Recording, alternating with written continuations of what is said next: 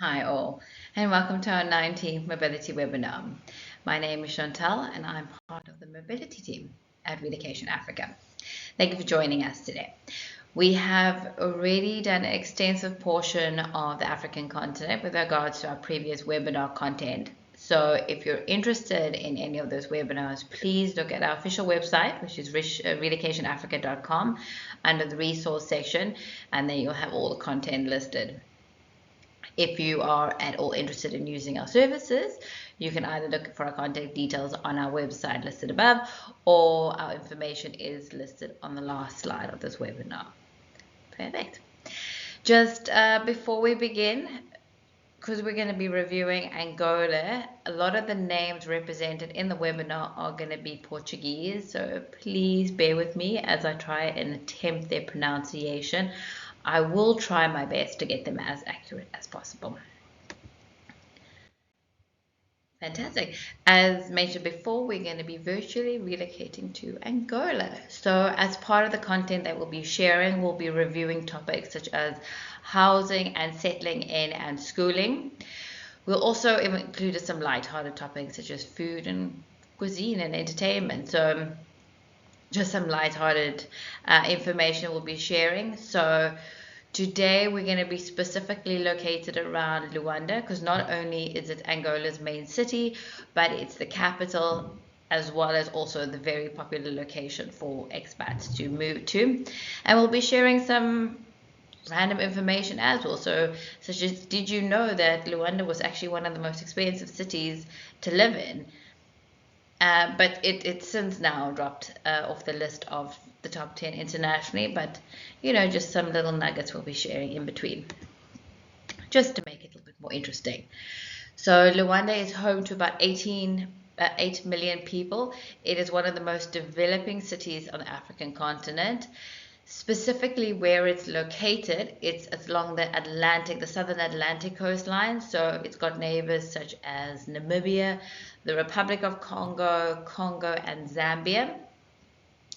It was originally discovered by the Portuguese explorer Paulo Dias de Novas in the 15th century until Angola gained independence in November 1975. It is also the most popular Portuguese-speaking country outside of Brazil. So Portuguese is still frequently spoken in the area, and is also taught in the local schools. Luanda specifically is a blend of African, Portuguese, and Brazilian cultures, which you will see they flow out in their architecture, in their cuisine, and their music, and in their arts. It's also predominantly a Catholic location, but they are very friendly and open to other cultures and other religions. So just some interaction, some greeting.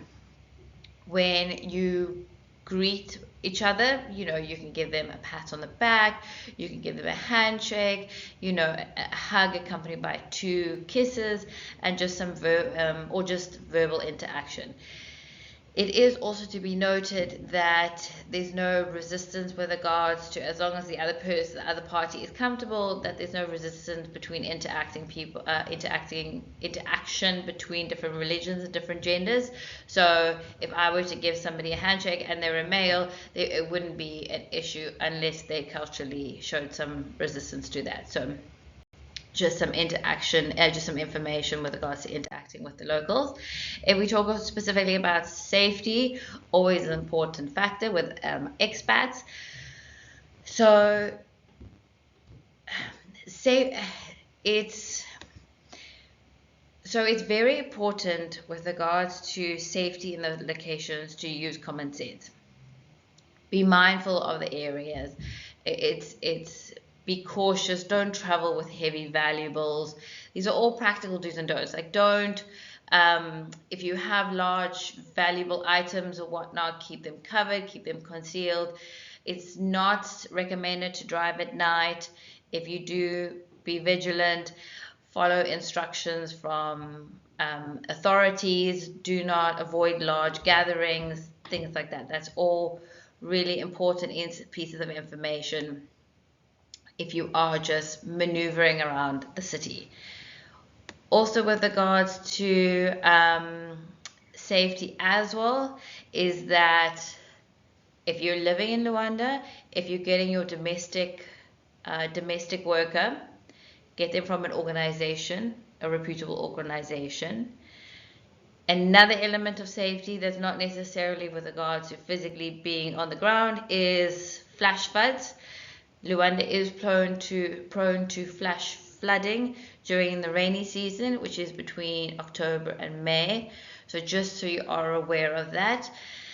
And then also another thing as well, last little nitpick, is same-sex relations and activities. They're not punishable by law, but they're not openly practiced. So just to take note of that if you are looking to travel to Luanda. If we're talking about now another important factor, healthcare, it is home to a lot of private clinics and private hospitals. So some of the main ones is Hospital Militare, which is the largest military hospital. Then we've got Sangarada, Esperanza, we've got Medidex, and we've got Girasol.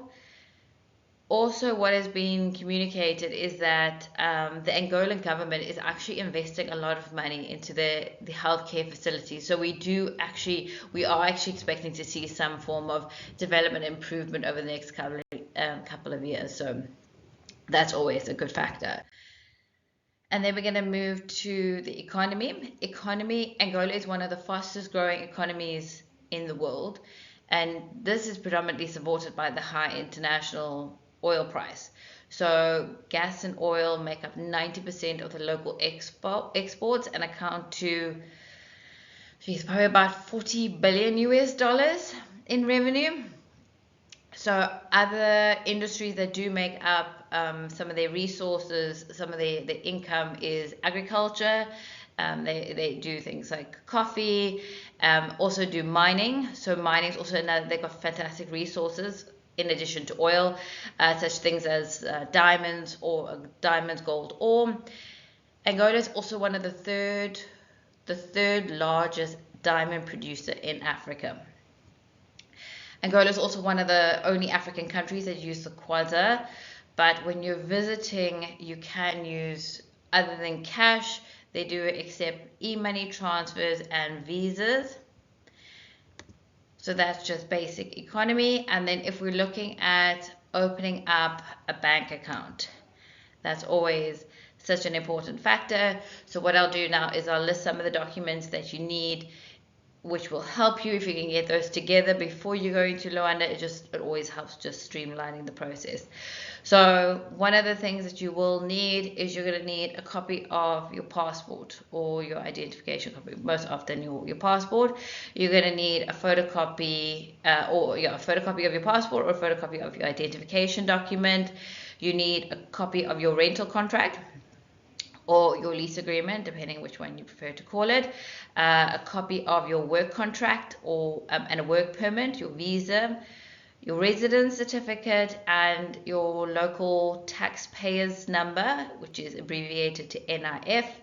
You need 2 passport photos, and you need a cover letter from your workplace and an individual letter to the bank. So all those documents you need to compile, you need to get together. You obviously do need to get them from specific people, so that process can take a little bit of a time, but once you have that, put that all together, and then most recommended our consultants can help with this. It's the process on the ground, opening up a bank account, because I know we've had a lot of assignees as well that the companies needed by a particular date just to add the new bank details to payroll, so we can definitely help with that.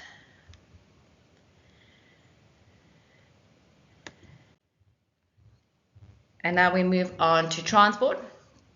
So there are 4 main types of transport in Angola: air transport, railway transport, roads, and sea. Yeah. So if we look at the main international airport, that is the Luanda International Airport, but I know they are building a second international airport which is currently under construction, and they're doing various tests to ensure that everything will be fully operational, ideally by the second half of 2024. Then if we're looking at sea, there are 3 main ports in Angola, but the main one is being in the Luanda harbour, and it's both popular to both international and local shipments. And then we move on to railway. So they're definitely improving the railway, and they have for the last couple of years. So one of the things that they've done is, the most recent achievement is they've basically linked the city to the new international airport, which, like I said, is supposed to be open in the second half later in 2024. And the distance is about 25 kilometer length. So that's a huge achievement.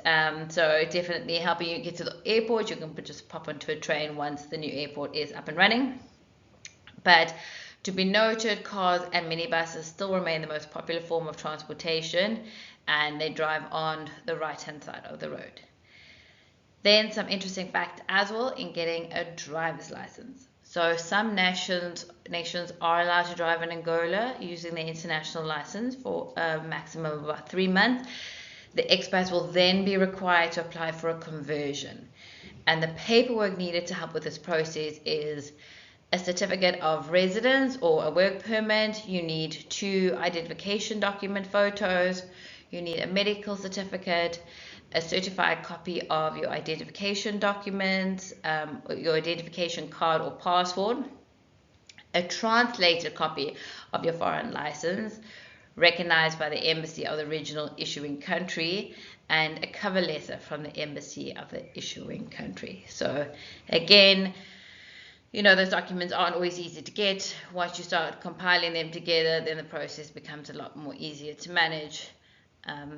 But having a list of what documents are required is always a help. Now we're going to be moving to housing. So the types of houses which are popular is freestanding houses, duplexes, apartments, and villas. Duplexes are the more popular one for expats because they just offer space and luxury, and they most often have gardens and swimming pools, which is always a nice feature to have. Apartments are also very common, but you find them most in town. So these are the areas that we both recommend. In the next slide, I'll be going through them in more detail. So we start off with Talatona. So Talatona is about 16 kilometers from the city center. It's one of the richest and the upmarket suburbs, and it's also chosen because it's also near a lot of foreign embassies and ambassadors. Sorry, English is now so lost. It's also considered one of the most premier neighborhoods in the Southern Africa, and it's got fantastic features and facilities nearby, like restaurants and hotels and shops and banks and stuff. Then we look at Alavandal, which is a residential area. It's about 3 kilometers from the city. Also very popular. Also has fantastic facilities nearby. Then we look at Mutamba, which is in the city center. Also has fantastic neighborhood, fantastic amenities, but it's to be noted that there's only apartments in the area. So if you're looking for a house, that's not an area which is recommended. It's also home to many multinational and government agencies. Then we look at Coqueros, which is part of the city center. Also, you'll find some high quality homes. It is also a little bit noisier, so if you're wanting more of a relaxed, quieter living environment, it's not one we would personally recommend. Then we go to Ila, and on an island where you'll find some apartments, houses, and duplexes. Beautiful views of the water.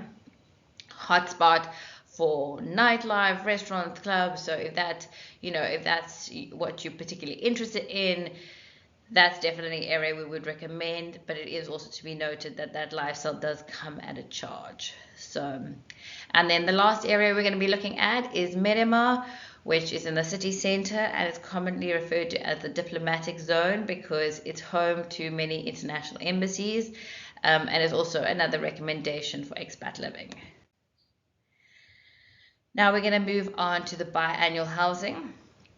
So we carry out biannual housing surveys on all our destinations just to keep up with the current trends and make sure that the information that we share remains relevant.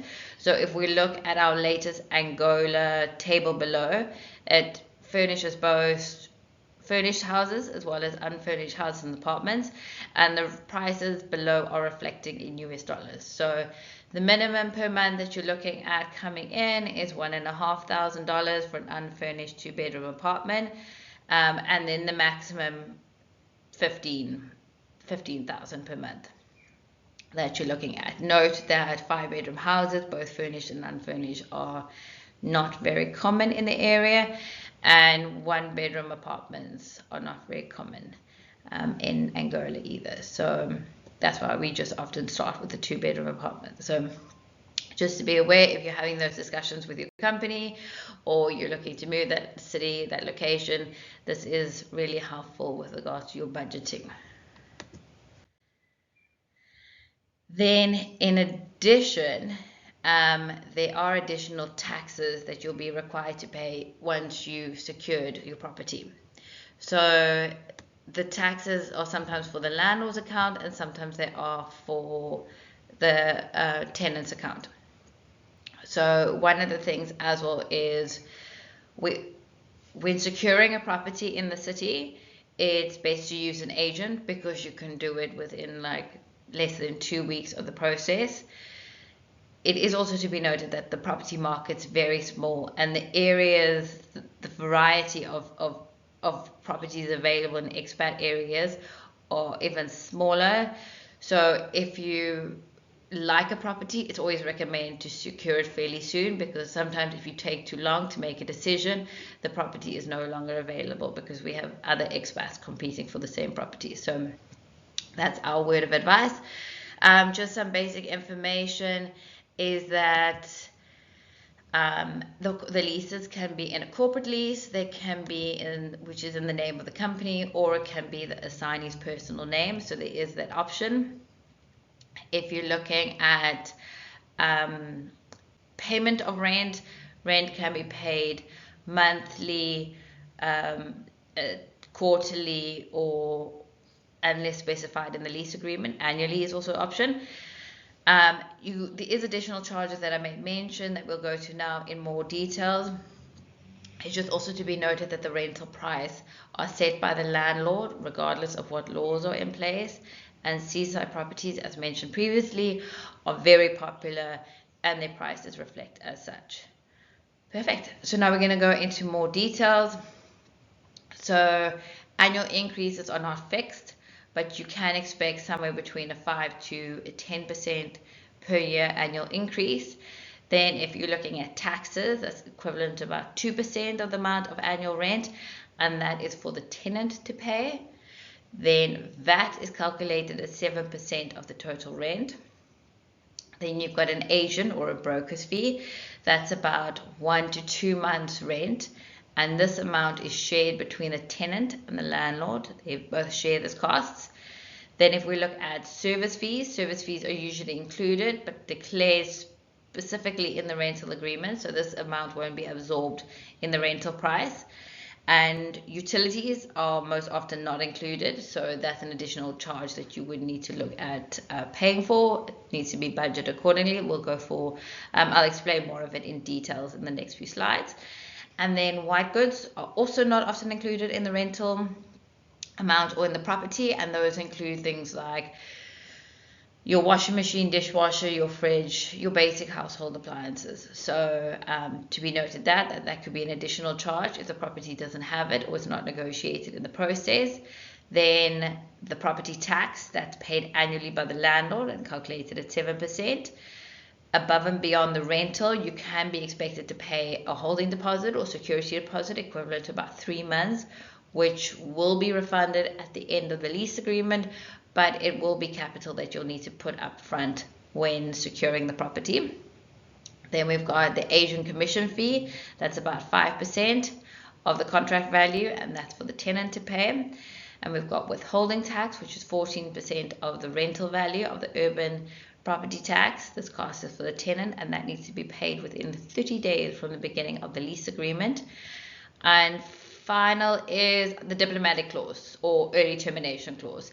It is not often included in the lease agreement.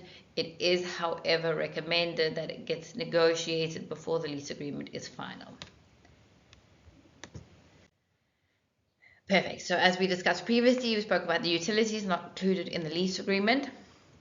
So we're going to go through that in more detail. So if we're looking at water and electricity, both those bills are received monthly.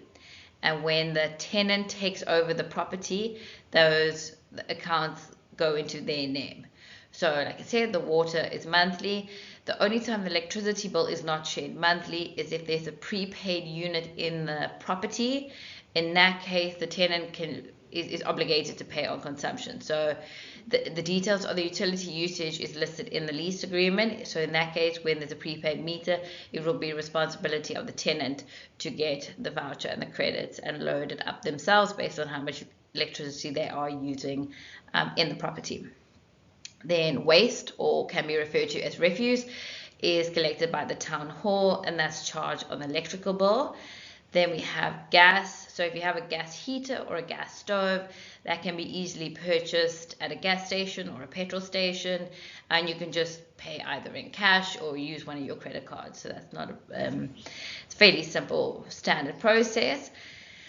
And then if we're looking at internet and telephone, so fiber is installed in most of Luanda, but not all regions of Angola. So it is to be noted that, like other countries, connection issues can exist and do exist.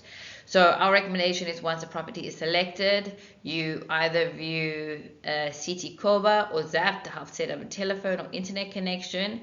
All you need is a copy of your lease agreement and your passport, and the amounts vary. They're approximately like 20,000 kwaza.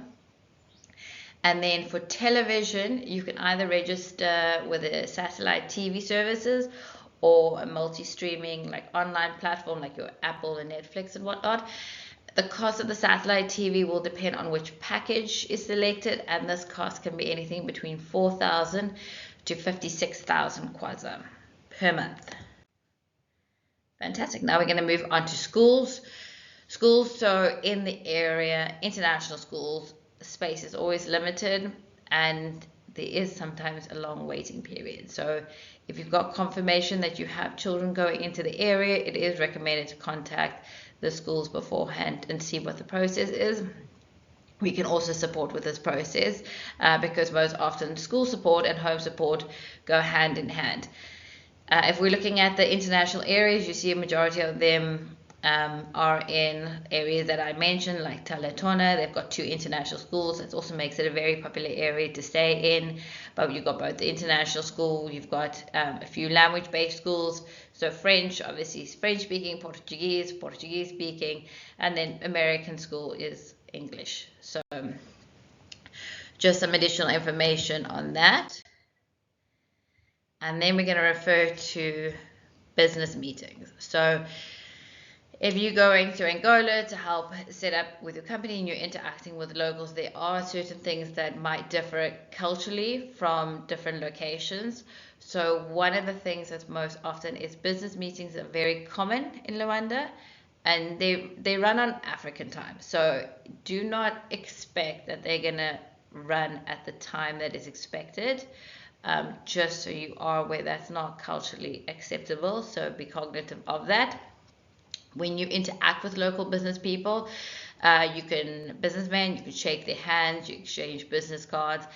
Meetings are often done over meal times where you can, exchange gifts in addition to exchanging business cards. It's important to remain courteous and just respectful towards your co-workers. Speak in a low volume, don't shout, just basic respect. And then with your attire, it's best to dress conservatively for business meetings, but you can wear more relaxed attire if you're going to a restaurant, walking around the street. So business attire can literally, be a Western, European, African, or a traditional attire, depending on the person's their specific religion or their traditions. So now we're going to be moving to cuisine. So when you think of Angola, because it's located along the coastline, fish is most often on the menu. So if we look at what the locals staples they do eat, fish and pasta are staple dishes in Angola. They're widely consumed by the locals. Traditional dish, no exception. It's a dish called muffet. It comprises of grilled fish, cooked beans with some palm oil, boiled cassava. There's some boiled unripe plantains and sweet potatoes. They also consume local fruits such as mangoes and watermelons and melons and oranges. That are also quite nice. That's also part of the staple dish. Then if we look at traditional recipes of Angola, we look at fish kalula, or we go Sao Tome e Principal, which is the signature fish stew, which is combined with delicious vegetables, which are cooked in red palm oil, and some sweet potato leaves. They typically served with fungi, a mashed potato substance which is made from cassava flour and very rich in different flavors and spices, and is one of the most popular dishes in Angola cuisine for good reason. So if you're going to the area, I definitely recommend having a taste of the local cuisine. You won't be disappointed. And then what's entertainment? Let's think of like how we can spend some money and how we're going to spend our off time. So when we talk about Angola, we have to, number one, have to mention is the beautiful Kalundulu waterfalls, which is the second largest waterfall in Africa. It falls second to the Victoria Falls in Zimbabwe. These falls are located about 3 hours from the city center, from Luanda. So that's definitely recommended if you want to be outside enjoying the scenery. Then we have the Luanda Carnival, which is an amazing popular tourist attraction that happens between the last week of February and first week of March. It happens during that. It's a week-long spectacular, so book it in your calendars if you are traveling to the location over that time. And then if you want to have a little bit more of a relaxed week and want to know what the locals are up to, they are traveling to either islands, they're traveling to local provinces, popping around, doing some local tourism. They're lounging on the beach, socializing with friends and family, enjoying some parties and barbecues. So that's always an option. If you want to do some retail therapy, then we definitely look at Talatona Shopping Mall, and we look at Bella's Shopping Mall. They are home to both local and international brands. If you're looking to buy anything from medication to clothes to gifts, those are the locations to look at. If you want to have a little bit more of a relaxed Sunday, want to go, or relaxed weekend, and want to go to something a little bit smaller, a little bit more intimate, then we look at Mercado Arisandos or Sao Paulo, Suntino. Those are smaller markets, a little bit more intimate. You'll have more local entertainment, local items on sale, but always a good option. So you have plenty to do while you're in Angola. Fantastic. So we're reaching the end of the webinar. So during our time, we've covered quite an extensive section of information relating to relocating to Angola. But so if you're interested in if you have any other questions, or if you want to contact us, like I said, our contact details are on the last slide. But I also want to take this opportunity to do a huge thank you to Samuel. He's our local relocation African consultant on the ground. His valuable experience and insight has made this webinar possible. So it's thanks to him that I can add this extra layer of on-the-ground information. So a huge, huge thank you.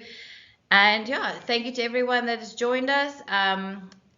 Please follow us on our social media. We do have content that's getting added weekly.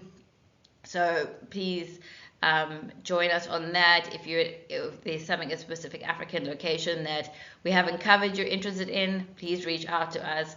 We definitely always love sharing fantastic content on our beautiful continent. So thank you again to everyone that has joined us. Wishing you a fantastic remainder of the week ahead, and please be safe. Goodbye for now.